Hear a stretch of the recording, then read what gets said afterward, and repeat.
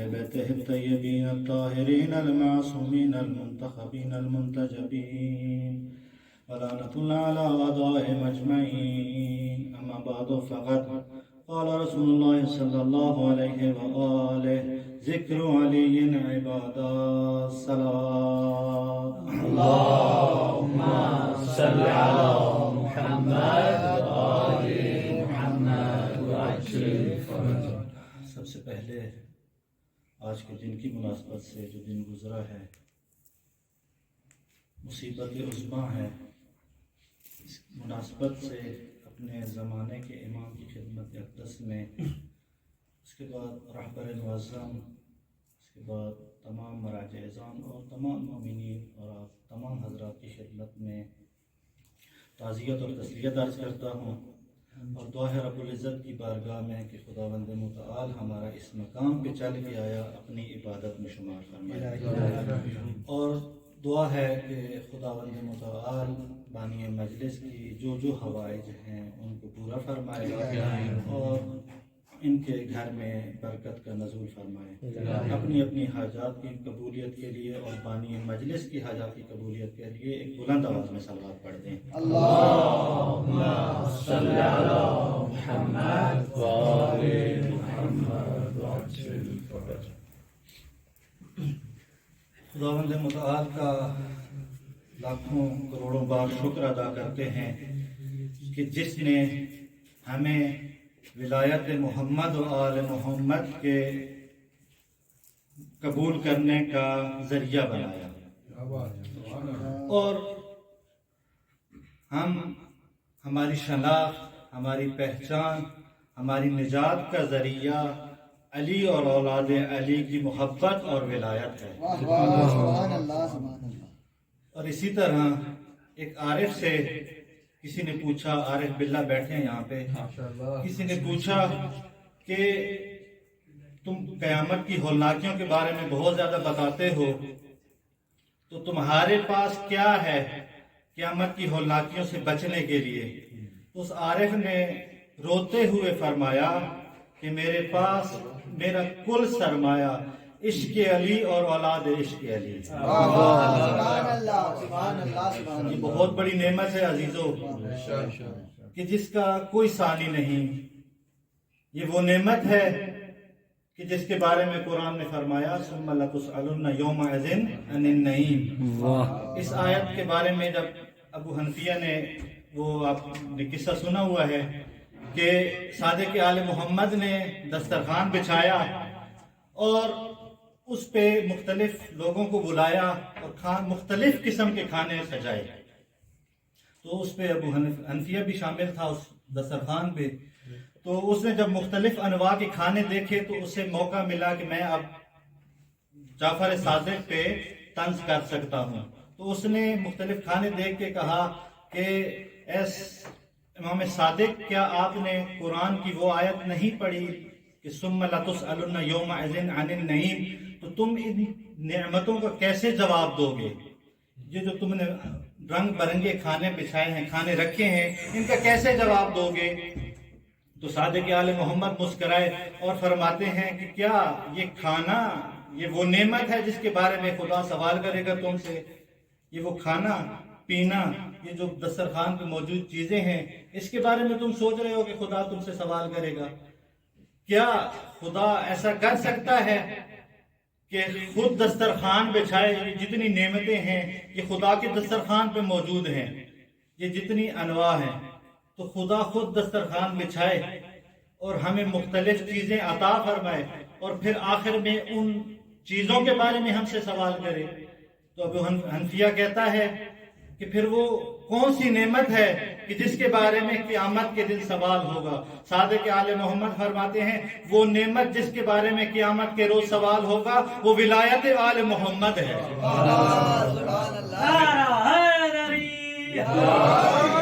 ولایت آل محمد ہے کہ جس کے بارے میں قیامت کے روز سوال ہوگا، اور یہ چھوٹی موٹی نعمتوں کے بارے میں سوال نہیں ہوگا. ایک صلوات پڑھ دیں محمد و آل محمد. اللهم صل على محمد وآل محمد وعجل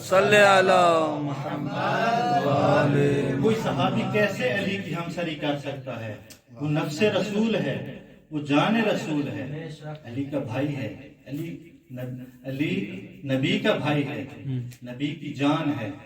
پھر ایک اور مقام پہ یہی فرزند احمد بن حنبل کہتا ہے کہ میں نے بابا سے پوچھا، چند دوست گئے اور ہم خلفائے راشدین کی خدمات اور فضائل بیان کرنا شروع کیا ہم نے بابا کے سامنے بیٹھ کے۔ تو کہتے ہیں جب ہم نے پہلے خلیفہ کے، دوسرے خلیفہ کے اور تیسرے خلیفہ کے بیان، فضائل اور خدمات ان کی بیان کی تو میرے بابا چپ رہے، لیکن جب ہم نے مولا علی کی فضیلت اور خدمات بیان کرنا شروع کی تو میرے بابا نے کہا کہ تمہیں معلوم ہے کہ باقی خلفاء میں اور علی میں کیا فرق ہے؟ باقی خلفاء میں اور علی میں کیا فرق ہے؟ تو وہ کہتا ہے کہ بابا مجھے نہیں معلوم، آپ ہی بتائیں کہ باقی خلفاء میں اور علی میں کیا فرق ہے؟ تو کہتا ہے کہ میرے بابا مسکرائے اور مسکرا کے کہتے ہیں بیٹا باقی خلفاء میں اور علی میں یہ فرق ہے کہ باقی خلفاء جب کرسی خلافت پر بیٹھتے ہیں تو کرسی خلافت کی وجہ سے باعث زینت بنتے ہیں، لیکن علی وہ ہے کہ جس کی وجہ سے کرسی خلافت باعث زینت بنتی ہے۔ یعنی علی وہ ہستی ہے کہ خلافت، کرسی خلافت کو زینت بنتی ہے۔ سبحان اللہ۔ اور عزیزو، جب رسول نے کہا کہ ذکر علی عبادہ تو ذکر کی بھی دو قسمیں ہیں، ایک قولی ذکر ہے، ایک زبان سے ذکر کیا جاتا ہے، اور ایک ذکر وہ ہے جو ہم اپنے عمل سے کرتے ہیں۔ ہمیں اپنے عمل میں بھی پیروی علی کرنی چاہیے، ہمیں اپنے عمل میں بھی علی جیسا بننے کی کوشش کرنی چاہیے، علی کے راستے پہ چلنا چاہیے۔ عزیزو، یہ ماہ مبارک